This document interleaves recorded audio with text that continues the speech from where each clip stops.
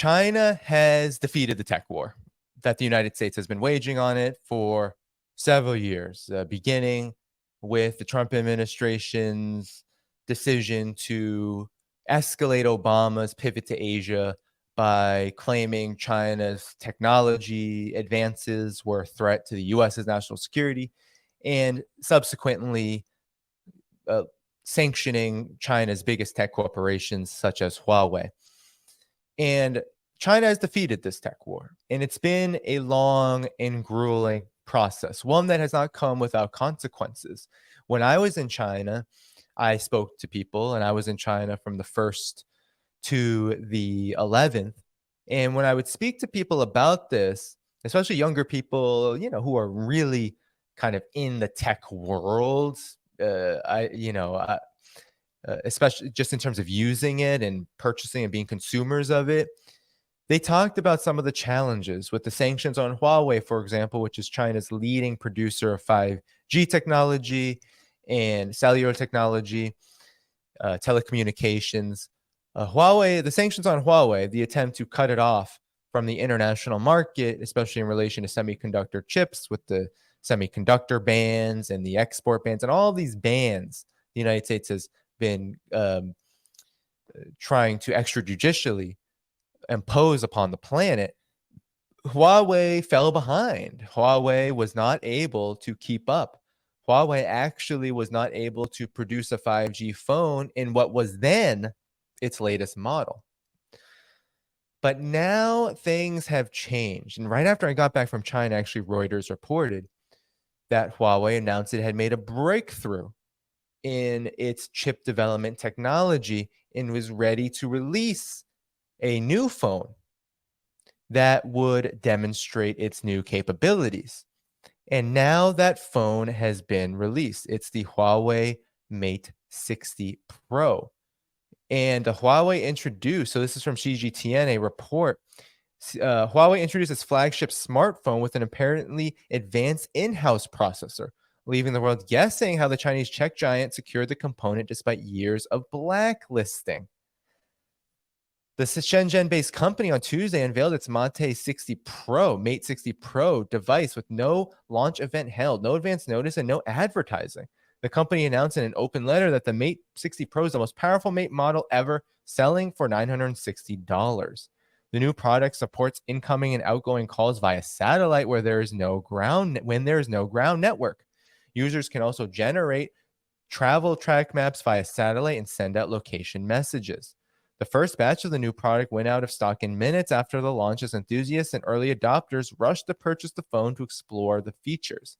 The company did specify that the new phone features 5G connectivity, while the growing number of online users who managed to buy the phone posting videos to show the phone could match the network speeds of 5G chipset.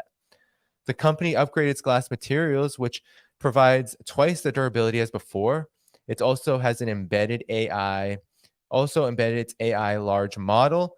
It also features an AI air-to-air control, smart payment functions, such as keeping the screen on while watching. So it's a big announcement.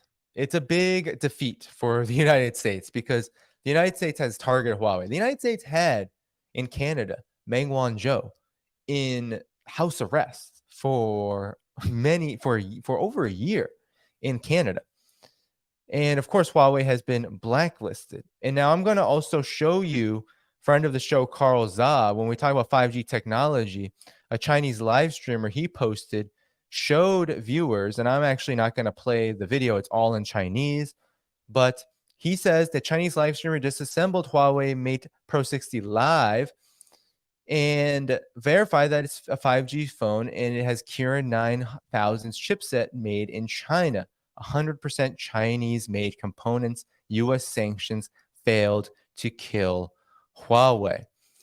So this is incredible news. And then friend of the show, Andy Borm as well, who I had the pleasure of meeting in Shanghai, said it's historic. Huawei's Mate Pro 60 Pro uses 100% Chinese component, including chips. It was released the day U.S. Secretary of Commerce Gina Raimondo, behind sanctions stopping China importing certain chips, visited Beijing. Sanctions against China will only bite Washington in the you-know-what.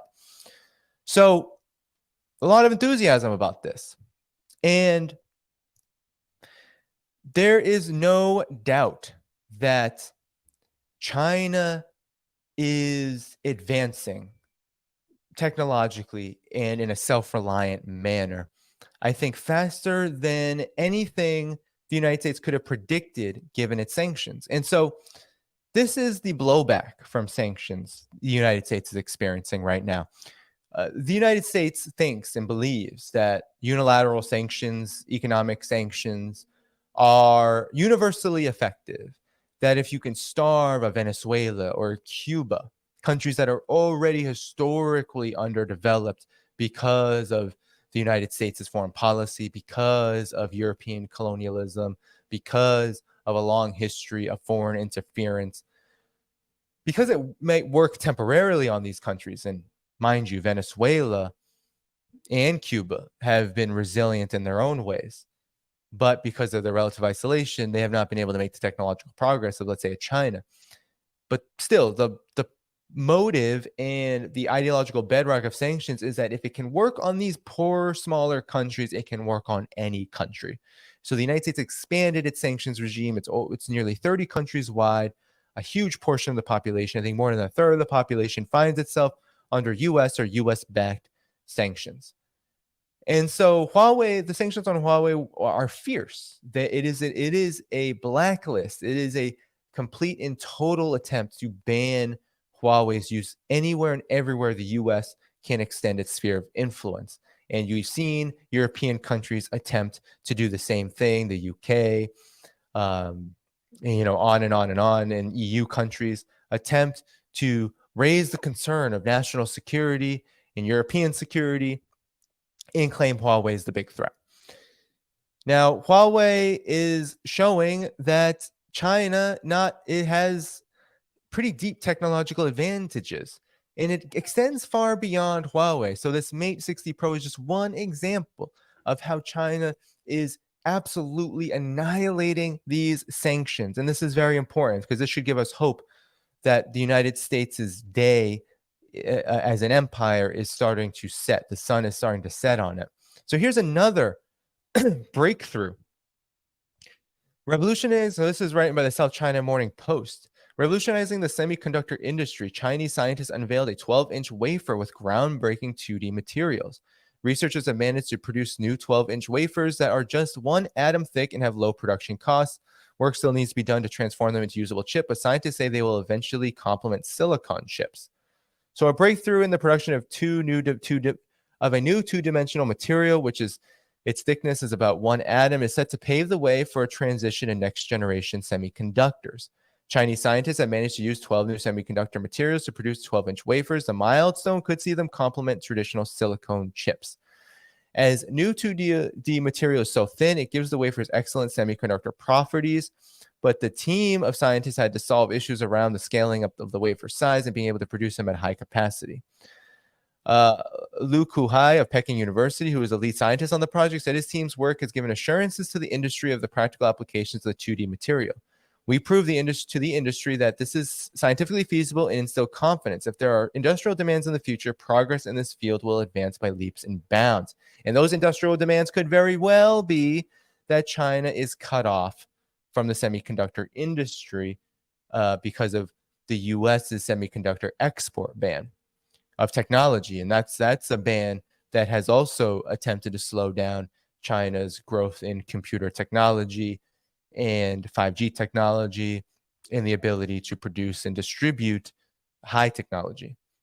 So in collaboration with Professor Lu Kan at Renmin University of China and Professor Zhang Guangyu at Chinese Academy of Social Sciences, the team developed manufacturing strategy in Beijing and verified it at Songshan Lake Materials Laboratory in Dongguan.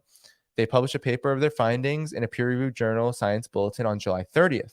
Though silicon is well suited for semiconductor processing, current silicon chips have met difficulties as sizes continue to decrease. Silicon transistors are made thinner, their control voltage becomes worse. Current will exist even when the device is not working. This brings extra energy costs and heat generation. So in effect, you have a huge, I'm not going to go over this whole article because I do not want to go over necessarily the tech aspects of this, but you have a huge development there. China, through these sanctions, is speeding up the pace of its own development, its own breakthroughs. That seemingly would be counterintuitive to how the United States believed sanctions were going to work. In effect, the sanctions have failed. But it doesn't just stop there, okay? Because this is a problem for the United States deeper than even semiconductors or high technology. This is all across the sphere of tech. And I want to show you why that is. So you all know the Australian Strategic Policy Institute. Um, the Australian Strategic Policy Institute, or ASPI, is probably the foremost. It's Australian based, but really it's a mouthpiece of the United States government, as is really the entire country of Australia is just a military and political playground of the United States at this point when it comes to China. ASPI is probably the most renowned, if I can say renowned. It is the loudest, it is the most obnoxious, it is the most maybe well funded, at least for a time, institution meant to forward a propaganda war on China. It was made most famous by promoting the work of people like Adrian Zenz and others. And of course, Nathan Rousser. I don't know if you remember him, the young 18-year-old child who was spreading all this misinformation about Uyghurs in China.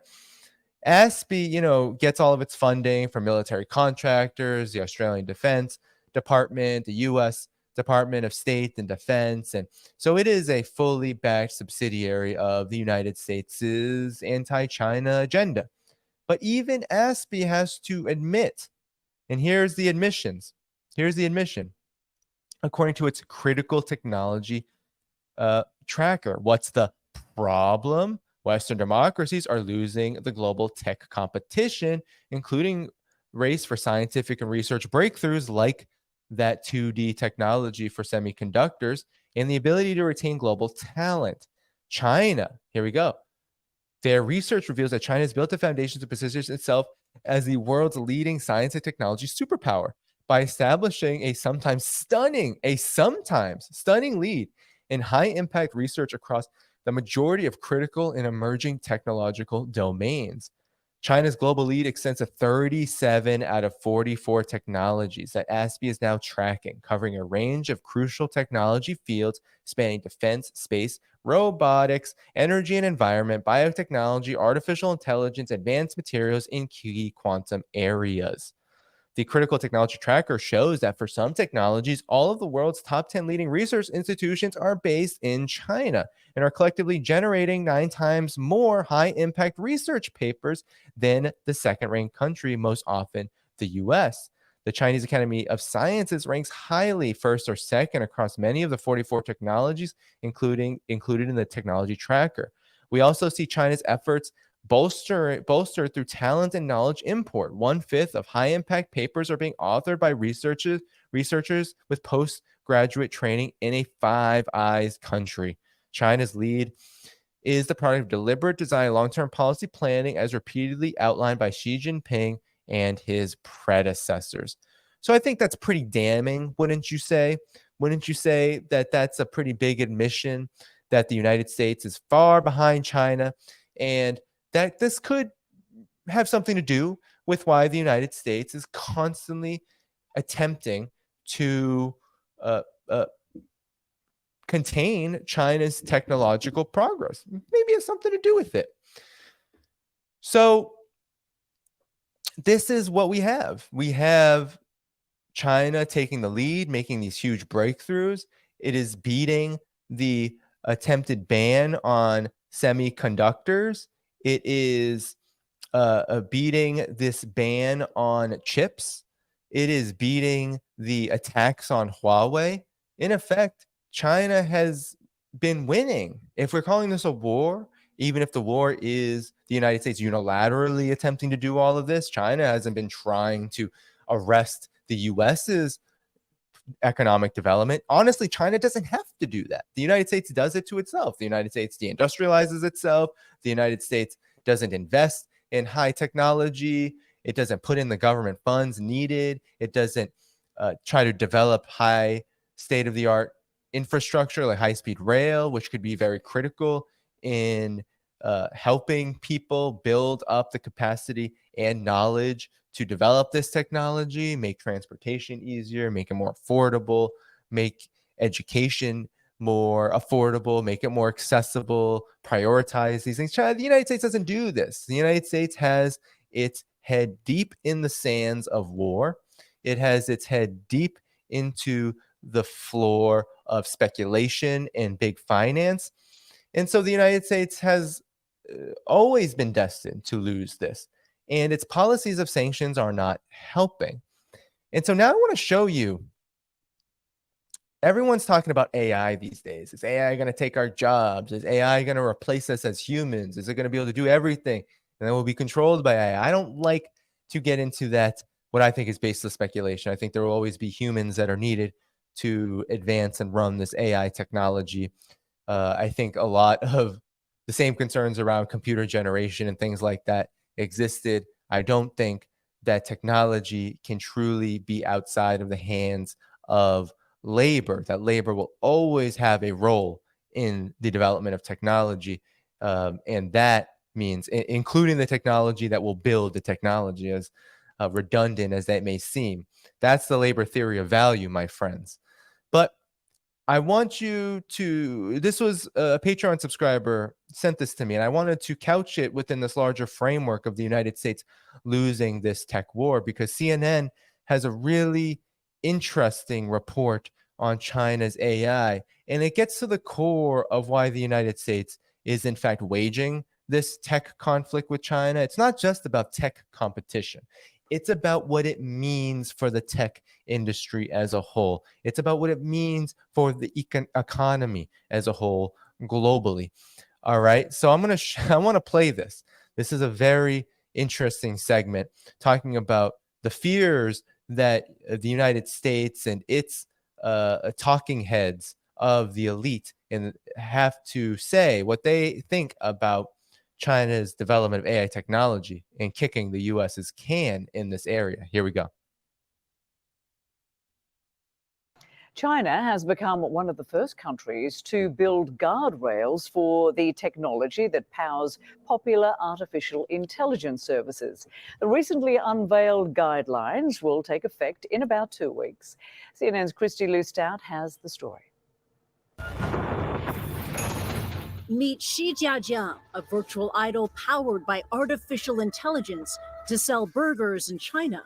McDonald's hired Jiajia to interact with Chinese customers. The U.S. may be curbing AI chip exports to China, but the nation is fast becoming an AI powerhouse. The country is home to top tech firms leading the AI charge like Alibaba, Huawei, Tencent, and Baidu, creator of Xi Jiajia, boasts that its chatbot Ernie has beaten OpenAI's ChatGPT on several metrics. At the state-backed World AI Conference in July, billionaire entrepreneur Elon Musk praised China's AI prowess. So before I get to what Elon Musk has to say, I met up with a few people in Shanghai who were trying to get into this conference and they could not get in. And they told me you needed to get a ticket in advance, like more than a month after, it was announced. And you had to get the ticket right away because it was sold out, because there's so much demand and so much interest in the development of AI technology and this conference. But here is Mr. Musk. It'll have very strong AI capability, is my prediction. China has become one of the first countries in the world to regulate the technology that powers popular services like ChatGPT. In July, it unveiled interim rules to manage generative AI, saying it needs to be aligned with the core values of socialism. The Chinese government is trying to... Oh, no. Before we get into the Hong Kong professor who is going to just tell you that China is trying to make AI fit within its moral code, the point here is that this is what the concern really is that a country is trying, like China is trying to regulate AI to help it fit within national interests. That's really the concern.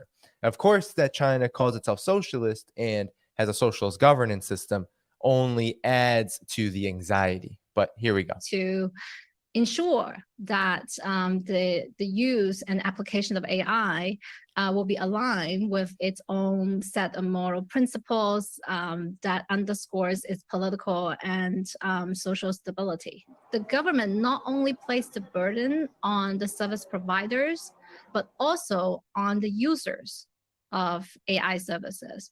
In January, China's new rules against So before we get into the rules, what she means, she's trying to make this seem nefarious. That China is not just saying those who provide AI systems like ChatGPT are going to be regulated, but also the individuals are going to be regulated, meaning that their behavior is going to be watched and suppressed. It's not exactly like that, and they're about to explain. deepfake technologies came into effect. Chinese authorities have detained people for allegedly using generative AI to commit fraud and create fake news. And while China is moving fast to regulate the industry, some critics warn that it may not be equipped to avoid an AI disaster. So here's the disaster part, but the key word here is regulation.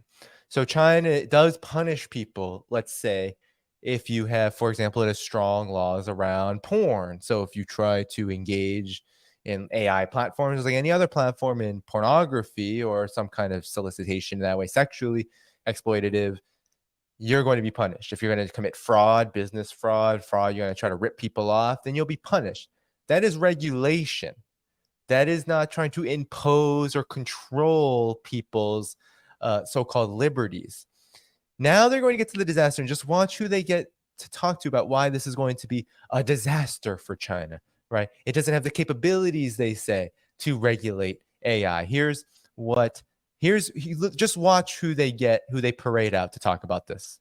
Most societies kind of learn from disasters, but the PRC has a kind of propaganda machine that makes it hard to do that, where there's a sort of disaster amnesia. There's a kind of a chronic disaster amnesia. This is coming from, and sorry that the pause button's over, Bill Drexel, who is the Associate Fellow for Technology and National Security Programs at CNAS, Center for New American Security. And I've covered over and over and over again what CNAS is. CNAS, Center for New American Security, is a wholly funded subsidiary of the Department of Defense. It is a military contractor funded, State Department funded think tank that literally projects the most vile and vapid neocon foreign policy propaganda. So this is very rich, coming from someone who literally is schooled and trained and paid by an institution whose whole entire purpose is to escalate conflict. CNES, mind you, has multiple times, including on Meet the Press, had war simulations with China. War simulations played out in U.S. mainstream media, and CNES is the one backing them. CNES is a militarist, warmongering think tank promoting propaganda, and here it's saying that China won't be able to control AI, as if it has any expertise. On a culture of crisis mismanagement in authoritarian regimes generally, and China is no exception. Drexel cites China. China is no exception. China has disaster amnesia. This is just pure projection. The United States, mind you, has been through 3 economic crises since 2007, 2008, is in a period of dwindling living standards, continues to get into disastrous war and disastrous war, Ukraine notwithstanding being a dreadful quagmire, which the United States cannot get out of and continues to escalate within, despite the risks of confrontation with Russia, despite the economic cost on the world economy, despite all of this. The United States has gone disaster and after disaster after disaster, just forgot about it. Not really forgetting, it's intentional, it's willful, it's meant to be a psychological operation. So we'll all forget. You know, the United States, political officials, the neocon foreign policy establishment, they don't like to talk about Iraq. They don't even like to talk about Afghanistan, which we just went through the 2nd anniversary of the U.S.'s ejection from Afghanistan. The United States doesn't like to talk about that. The United States doesn't like to talk about all of the conflicts it has mired itself in which it has effectively lost. Doesn't like to talk about Libya's catastrophe. Doesn't like to talk about Syria remains occupied, but they never won their objectives in Syria. The government is still there. Bashar al-Assad is not going away anytime soon until he steps down and there's an election for a new president. The United States gets into disaster after disaster with few, if not completely and utterly negative results. And yet you have CNES talking about how it's China through its regulation of AI. That's the problem. And this is why the neocon foreign policy establishment and the willful mainstream media profiting from it have people's brains completely hollowed out and sent into this abyss of anti-China hysteria and propaganda. But let's just finish. China's zero COVID policy as a recent example of crisis mismanagement. But the danger posed by AI is not limited to one country. Top technologists the world over, including China, have signed this petition to warn of the risk of human extinction from AI. As these systems get very, very powerful, that does require special concern, and it has global impact. So it also requires global cooperation. I love how these Silicon Valley corporatists, these capitalist monopolists, they love to talk about extinction. They love to talk about, oh, the world is going to be imperiled by technology that we're trying to develop so we can make a lot of money from. Meanwhile, the contracts, the collaboration, the cooperation from Silicon Valley, big tech corporations with the military industrial complex is literally threatening human extinction right now. If you believe in climate change or you don't believe in climate change, or you question it or question the motives or the policies or the ways in which the West addresses it, whatever, mind you, the environment is in pretty rough shape. And that is because of the actions of monopolists and bankers and oil corporations and fossil fuel corporations. That is their fault. Big tech corporations, military contractors, they're also leading us into the abyss, into the potential nuclear stone age via a conflict with nuclear weapons. And they're here talking to you about how we need global cooperation around AI technology. Well, they are reporting on how China and its regulation of AI is the problem. Well, isn't that not just confusing, but just utter horse shit? You know what I mean. It is absolute trash. This is what passes for media, for journalism within the halls of the empire, within the completely war-obsessed mainstream corporate media. And so there is a lot of bitter pills to swallow here, and they just can't swallow them. And I'm just going to end it here. I'm going to end this story here because the point is that CNN is raving and ranting about China's core socialist values, right? Things like democracy, things like prosperity. These are core socialist values in China. You can go all around China, see them posted up everywhere. They're not the most, let's say, threatening of values. They really are just about how people should behave, how a society should be governed, rule of law, things like that. It's really not that controversial. But the reality is that the fact that China is winning this tech war, China is developing not just AI technology and rolling over the United States in these categories, but also developing regulations so that this technology serves national interests. It also serves their foreign policy interests, like building up interconnectivity, better trade relations with other countries. This is a threat to the United States because the United States is seeing itself be outmoded.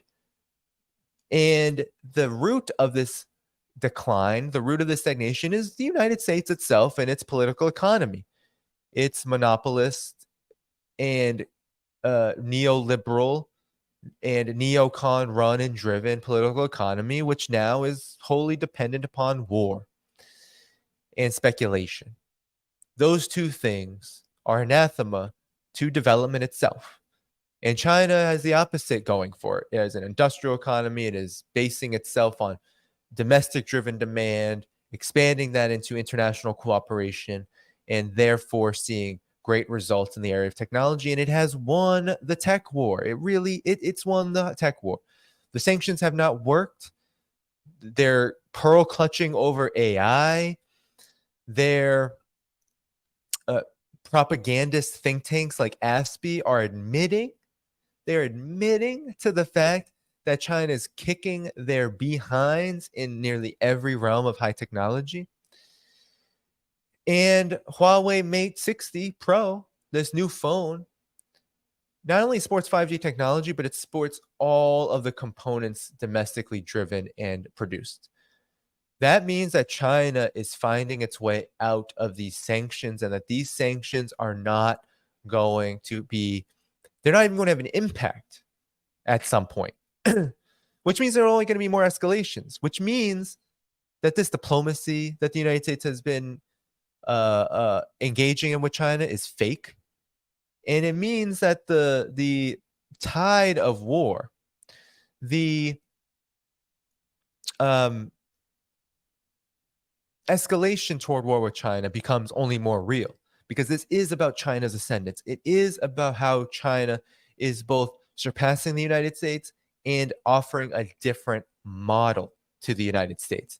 That U.S. hegemony is dying. We saw it with the BRICS summit. We see it time and time again, and China's right at the center of it all, if not the center of it all. It's the center of trade connectivity. It's the center of global economic development. It's the center of high technology. It's the center of state-of-the-art infrastructure. It's the center of poverty alleviation. It's the center of renewable energy development and production. It's the center of development itself at this stage, and the United States cannot take it. The neocons can't handle it. The militarists, the corporatists, the monopolists, they cannot handle it. And so that's why you have a war on China. And China has, at this moment, China has and can arguably declare victory over the tech war. Thank you for tuning in to my latest video. I appreciate all of your support. This channel, however, needs your help. I am seeking to make this channel more sustainable in the long term and upgrade necessary equipment to ensure that this work continues onward and makes progress to give you all of the geopolitical analysis that you all deserve. For that reason, I'm asking you to become a member of my Patreon community at patreon.com/DannyHaiphong. You can find that link in the video description or in the pinned comment below. For whatever amount you choose to give, just know you are supporting independent media that you can't find anywhere else. Thank you so much, and I look forward to the next video.